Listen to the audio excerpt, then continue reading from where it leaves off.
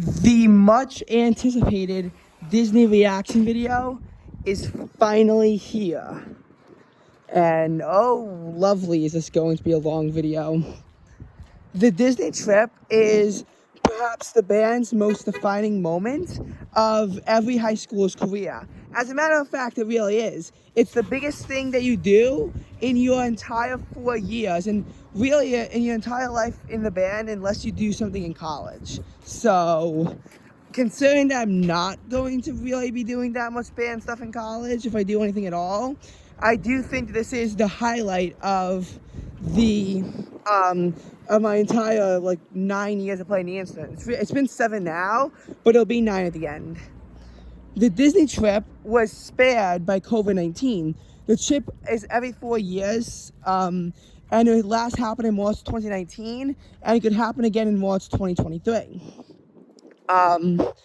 Because of COVID, however, the orchestra and choir were combined with us, which led to some inconveniences, but mainly for them. For us, we were actually largely unaffected by them being there, and it was in a way almost a positive thing because it allowed us to intermingle, but there were negative effects for the choir and the orchestra by us being there. Anyway, so the trip had to begin to get worked out literally a year before we went in March of 2022. The first payment had to be put in by early October 2022. They made those payments, you had to get them in September or the very beginning of October in order to have put down some of your down payments. And payments would continue to be made until the end of December, and then the big final payment at the end would have to be made in early February. There were also fundraisers done during the trip. There was a cookie dough sale where you had to try to get people to actually buy a cookie dough, and you had late October and early November to get this done. And on November 16th, we had to spend about 5 hours actually organizing through people's cookie dough so they could begin to sell it. Then there was also a popcorn fundraiser during the Thanksgiving Day weekend to, again, just try to get more money. So there were a lot of opportunities to make money and deduct it off the trip, and there were also group fundraisers, some of which were even done, as early as the homecoming performance on October 15th. So this trip to Disney was much anticipated. And as it got closer, it began to get more and more important, more and more so in everyone's minds. So we're gonna go ahead and skip through the boredom and fast forward to the day before we left, which is the 8th of March. So pretty much everything's been going okay, and the band goes on as normal that day. And from 4 to 6 p.m. we had to help, we had to drop our suitcases, and we had to help actually put them in place and make an order for them from 4 to 6 p.m. That night, I tried going to bed at 8:50, but I couldn't actually fall asleep until 9:30. Why was I trying to go to bed so early? Well, because it was going to be a very long day ahead. And everyone knew it, but I don't think people just knew just how long of a day it truly was going to be. We had to get up at 1:30 a.m. and we wouldn't be able to fall back asleep until 1 o'clock the next morning. Almost 24 hours in a row of being up. So yeah, there was about 4 hours of sleep that night, which is, again, a very little amount of sleep, not enough that you can really do to get by on yourself. We had to meet at the school at 2 a.m. to begin to board at about 3 a.m. And we tried to get to the airport at 4 a.m., but because we got lost in the parking lot, we didn't actually get until 4:15 a.m. It was a very cold 33 degrees, which it was a very different reality from what happened in Florida. So most people actually had to change at MCO Airport. I actually didn't, and there were some people who didn't as well. The high that day was 82 degrees, and that was not exactly expected. So what happened? Well, we got to the airport at 4:15. At least for my group in the airport personally, I got my bag checked personally about 4:45 in the morning. At 5, we went through security. We cleared it at 5:15. We then did some stuff like getting water at the airport. Some people even got food at the airport. I don't know how people can manage to eat pizza slices at 5:45 in the morning, but that's beyond me. Or Shake Shack. But they had the option to. They had the right to. We had to all be at the gate by 6 o'clock to board our flight. It was a 6:30 a.m. flight, landing at 9:30 a.m. We got on the buses at about 10:20 a.m. We were already exhausted and thought that had been a long enough day in of itself. But what we had to remember was the fact that we weren't even halfway done with the day, and there would be a very little night of sleep ahead. It was hard to imagine how we were up for 5 hours when the kids who were going to school as normal were just beginning to wake up from their slumbers. Or how by the time we landed and we had such a long day, it was still only 5th period at our school. That was just hard stuff to comprehend, and it was a bit of a surreal experience. But we got to Animal Kingdom at about 11:15 a.m., and we got to stay there until about 2:45. We had to check in, but because there were some stragglers, we didn't actually leave until 3:30. We had lunch at Animal Kingdom and we went on a few rides. I personally went on a river raft ride and Expedition Everest. And then we went to Magic Kingdom. So we left at 3:30. We took a boat to Magic Kingdom at about 4 o'clock, and then we managed to make our way into the park at 4:30. I actually vlogged the boat ride. There's actually quite a few Disney videos on my channel, like the one of us taking off at LaGuardia. You can even see that it was 6:53 a.m. during the video because I stuck my Fitbit in it. And I actually did that to emphasize the fact that we were leaving so incredibly early in the morning. So early in the morning that I want you to emphasize this to see, because until this video is coming out, you would not know what was going on. So we got to Magic Kingdom. We were kind of on our own. We went on this weird train ride. We had a 7 o'clock check-in. We had dinner before that. The first day we did not have a lot of great food. I'm going to be honest, the first day kind of sucked. We then went on Space Mountain. We saw a fireworks show at 8:15. And then we just kind of hung around the front of the park from about 8:30 to about 9:30 before we had to go. We left at 10 o'clock, which is 15 minutes later than we should have. We had to then take the ferry back, and our buses for some reason couldn't even leave until 11:15. We did not get to the Disney All-Star Resort until 11:30, and we couldn't go to sleep until almost 1 in the morning.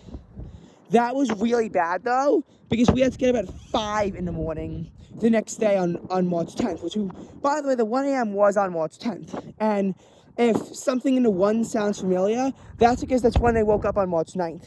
Pretty much 23 plus hours of being up. And with so little sleep, we were already on about 8 hours of sleep deprivation, literally about 25% of the way into the trip.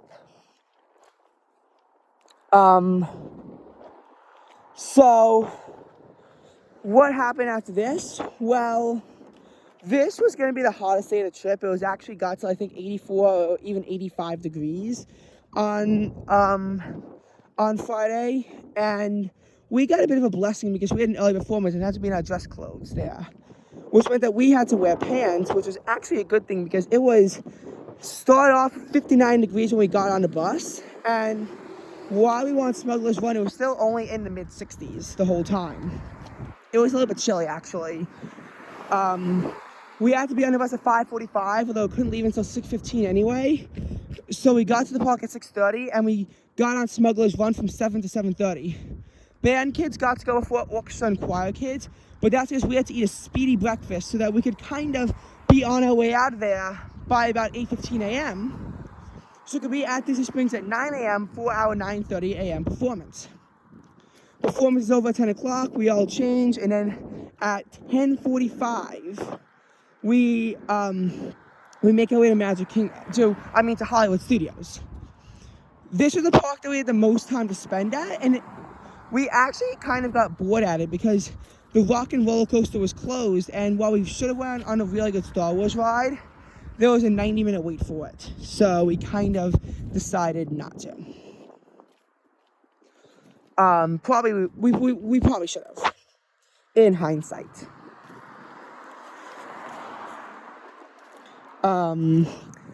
We couldn't actually get into the park until 11:30 for some reason. There was something going on.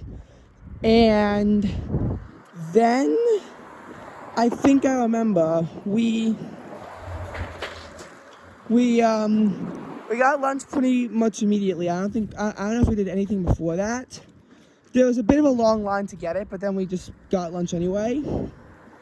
2 o'clock check-in, but then we had until 7 o'clock to really just do whatever. And it actually got kind of boring, and we were also in a really small group.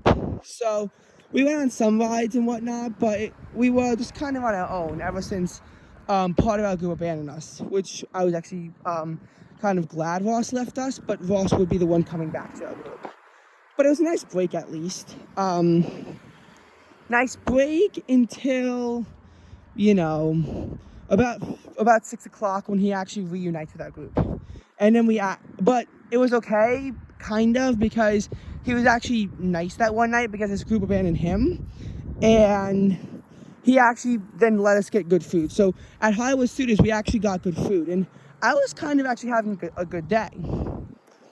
By the way, during our performance, it was 73 degrees. So yeah, it was warm during our performance.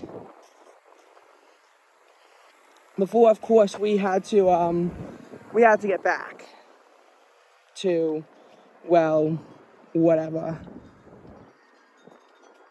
But the ultimate problem was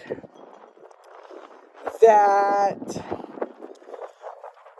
what happened at the end of the day, I think, ruined my perception of the entire day. The day was going really well for a while.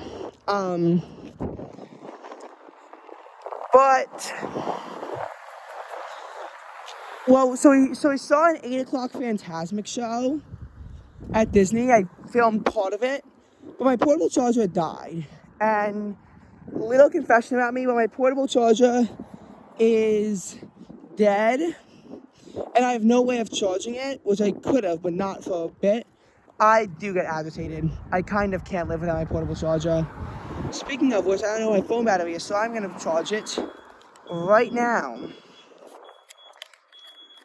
Just to emphasize this point, I do not like being without a portable charger. My battery drops. I don't like it when it drops. And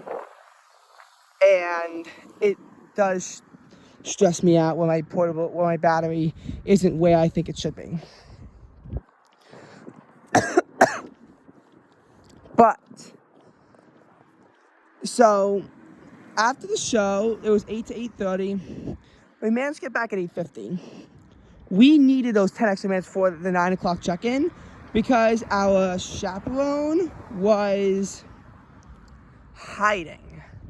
Like, literally nowhere to be found. I used a flashlight running around like 3 times, and then eventually I could finally find him, but I was really annoyed at that point. And believe me, everyone else was too, but I kind of have a little bit less patience than a lot of people. Hence why I got angrier than most people did about it.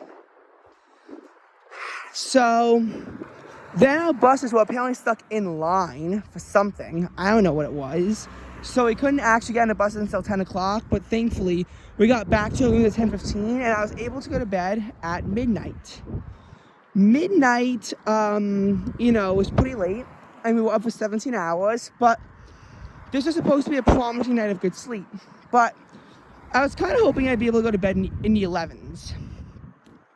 But I couldn't because of events going on in our room. Can't say what they were.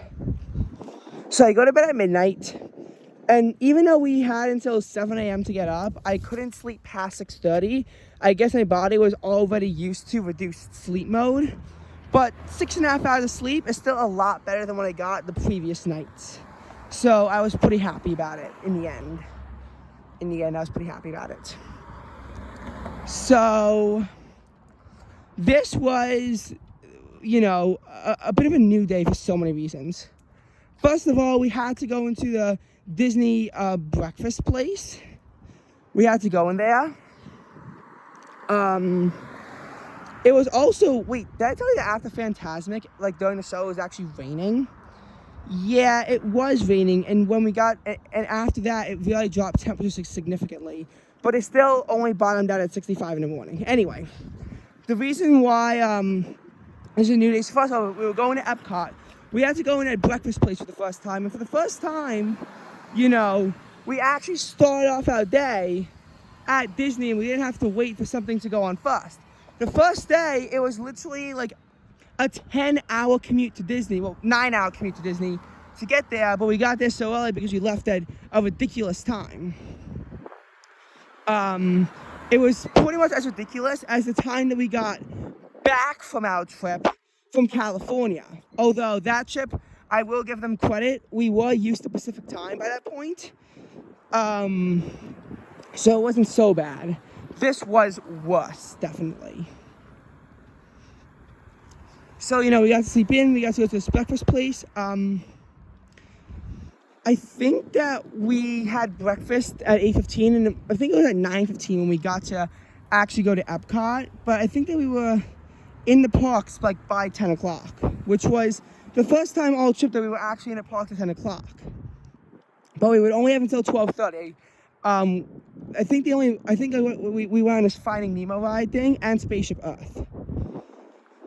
Spaceship Earth we definitely went on, which I thought was going to be a lot better than what it was. But it was okay, kind of, not really. The reason why we had to leave at 12:30 was because we had to be at the Disney recording studio by 1:30 for a 2 to 4:30 session. On the way back, we had to rush back to Epcot because Guardians of the Galaxy reservations were largely made at about 5:15, 5:20. Ours was 5:20. And being on a bus at 4:35, just about, not having left yet, was a little bit stressful. I think in the end we got off the bus at 5:04, and we had to run over to Guardians of the Galaxy. We made it there at 5:14, 6 minutes to spare. Now, my friend actually had a plan for us to leave Ross behind, but he forgot to tell us. So while he went away with Rowie and his friends, me and Tyler were left behind. A little bit annoyed at him for not telling us. Not the end of the world, just meant that we had to wait a little bit. Guardians of the Galaxy was the best ride all trip. We went 60 miles an hour into the ride, and that was pretty cool. We had to wait till 6 o'clock to go on the ride because, again, the thing is that the reason why they have a virtual queue is because otherwise it would be multiple hours. Still, I don't like the way Disney has their lines seem so much shorter than what they really are. I complain about during Space Mountain, complain about now. I don't like it. Why they do that at all. Then we also went on this cool ride after that simulates being an astronaut, but at 6:40, Ross had a bad idea and took us to every single country. Pretty much it took until 7:40. We then had to get dinner, and we had test track reservations at 8:10, but annoyingly, we had to abandon them, our fast pass reservations, which by the way means that we could have just spent $25 on nothing, because they made a last second change and made us be there at 8:30 to watch this show. And then check-in was after the show at 9:30. By that point, I was so done with Disney copyright claiming my videos, I didn't even make a video for that. I just didn't. I just did not want it to get claimed. But yeah, they really do need to be a little bit more open about their communication, because otherwise you just wouldn't have gotten it, and We couldn't go on test track, which is 65 miles an hour, which is actually quite upsetting. But, you know, that's how it works. By the way, this day, it got up to the low 80s again for the weather, but we were inside for a good part of the day, doing, again, our recording studio. So, as for how the day ended, yeah, temperatures dropped at night as per usual. But this night, you could kind of feel it the most. There's a bit of a cold front was plowing its way through. It was very weird, though, because the cold didn't stick until it eventually did.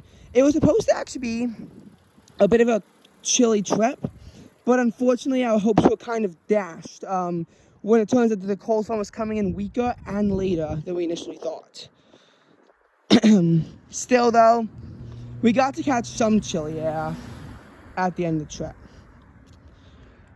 We got back to our hotel rooms from Epcot at about 10:30, 10:45, and we went to bed at about 12:15.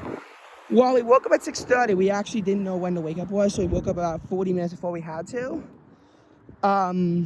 Because we lost an hour, we only got 5 hours and 15 minutes of sleep, which was kind of in the middle as far as this trip goes, which is sad because I do want more than 5 hours of sleep. That cold front that was plowing its way down, remember I showed you that it was 54 degrees right now where I am right now? That was the low temperature in Florida when we were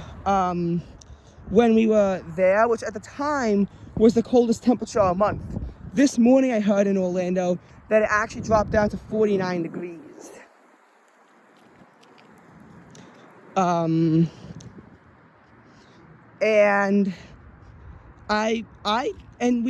there was a last minute trip to Disney Springs added in. So this trip to Disney Springs annoyed me in a sense that I didn't plan for it. I planned I could just go to the airport and just wear sweatpants the whole time and not have to worry about it being warm.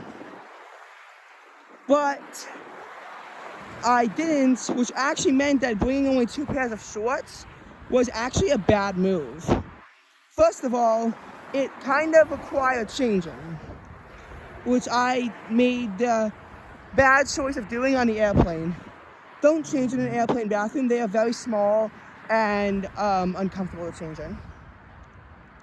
And it also meant that, like, our food situation was in jeopardy. So I just got something quick to eat at Disney Springs, just on the off chance that we couldn't do anything else. We had to be done with breakfast by 8:45 a.m. So we could be on the buses by 9, but we didn't leave until 9:15, and we got to Disney Springs at 10 o'clock. Check-in was at 11:15, but stragglers meant that we didn't actually leave Disney Springs until about noon.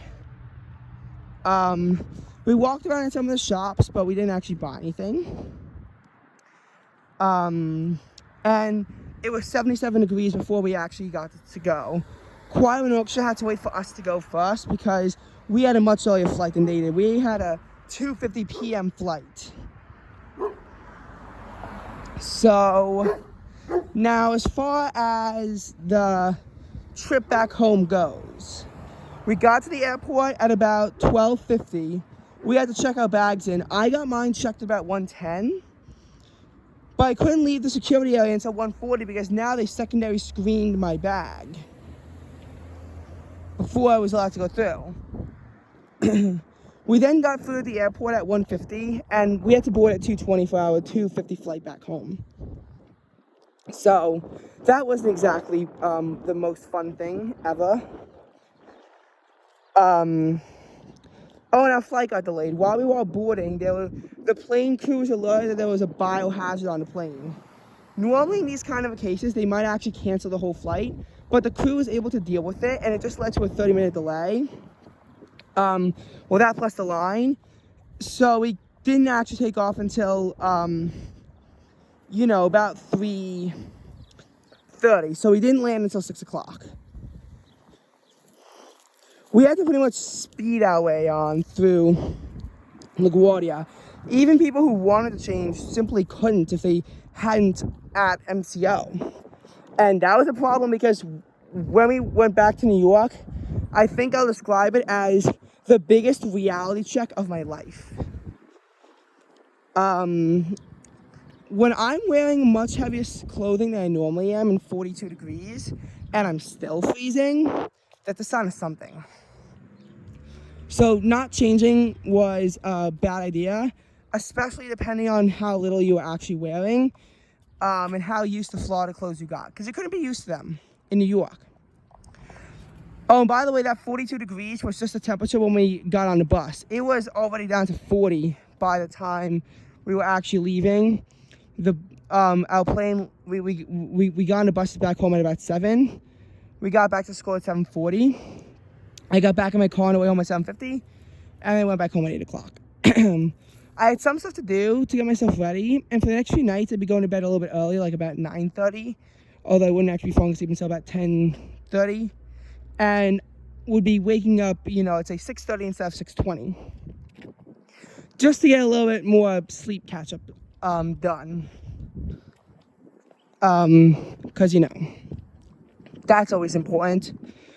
But eventually, by the night of March 14th to 15th, my parents stopped being forgiving about it, and they just called it off there. I think the only reason why they're even doing it on March 14th was because it was also raining. This is rain turning into snow, but because the snow came in so late, very little of it stuck. Central Park only saw a trace of snow. Islip actually saw 1.5 inches of snow. Some parts of the state saw over a foot of snow. Out here where I live, I think we saw about a 1/2 inch at most, but I didn't actually get an official measurement. My plan was to take the measurements after driver's ed, but I couldn't because it was all gone very quickly. But Islip got the most snow because there was quite a bit of snow out in central Long Island too. Very annoying how it seemingly missed us, and a reminder as to how sad and depressing our winter was for New York. Probably going to be the least snowy winter on record at Central Park. So that was all about my Disney trip. Just wait until March 16th so I can kind of calm down about some of the things that really angered me on this trip. So we can get a nice calm video instead.